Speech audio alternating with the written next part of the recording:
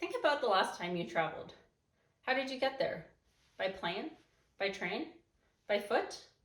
Unlike me or you, plants can't simply catch a flight to get to where they want to go. They rely on other travel mechanisms. Some plants send their seeds through the air, like fluffy dandelions, or float them down the river, like tiny life rafts. Some plants even hitchhike on unsuspecting animals, like hikers.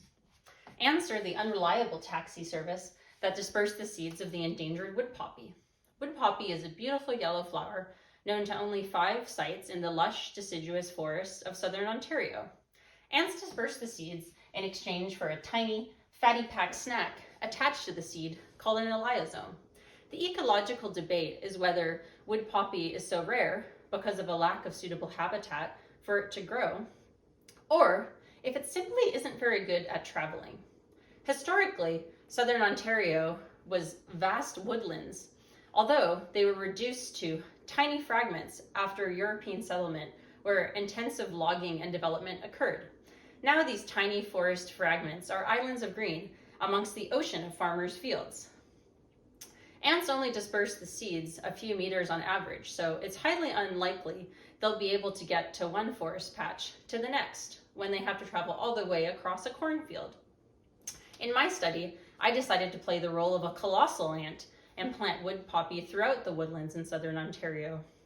I planted them in 1-hectare woodland sites based on their habitat suitability. Habitat suitability ranked by computer models based on underlying environmental factors associated with the wildwood poppy populations, including underlying geology and current climate conditions. I hope to find out if wood poppy is rare because of a lack of suitable habitat, or if it simply has poor dispersal mechanisms. I also am investigating the effect of seed predation on wood poppy, as the seeds are known to be eaten by tiny rodents like mice.